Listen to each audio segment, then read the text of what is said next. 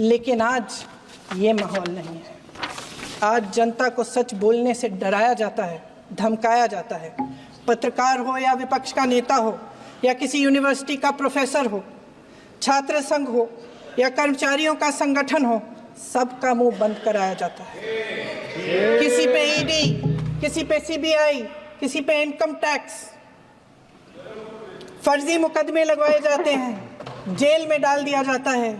विपक्षी नेताओं को जेल में डाल दिया जाता है, उनको सताया जाता है। किसी को नहीं छोड़ा इस सरकार ने। देशद्रोही कह के उत्तर प्रदेश में मुझे याद है कुछ अध्यापिकाएं प्रदर्शन कर रही थी, उन पर मुकदमा डाल दिया देशद्रोही का, उन्हें देशद्रोही कह दिया। इन्होंने देश का पूरा माहौल भय से भर दिया है। इनकी मीडिया की मशीन झूठ फैलाती है, तरह तरह के आरोप लगाती है, और शायद वह भी भय में ही है।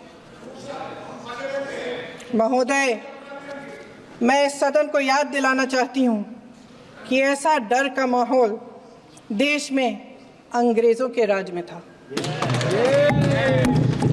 जब इस तरफ बैठे हुए गांधी की विचारधारा वाले लोग आज़ादी की लड़ाई लड़ रहे थे और उस तरफ वाली विचारधारा वाले लोग भय में रहकर अंग्रेजों के साथ साठ-गांठ कर रहे थे। लेकिन अध्यक्ष महोदय, भय का भी अपना स्वभाव होता है। भय फैलाने वाले हमेशा भय का खुद शिकार बन जाते हैं। ये प्रकृति का नियम है। आज इनकी भी यही हालत हो गई है। भय फैलाने के इतने आदी हो गए हैं कि खुद भय में रहने वाले हैं। चर्चा से डरते हैं, आलोचना से घबराते हैं। कई दिनों से हम मांग रहे हैं कि चर्चा करिए, लेकिन चर्चा करने की हिम्मत ही नहीं है।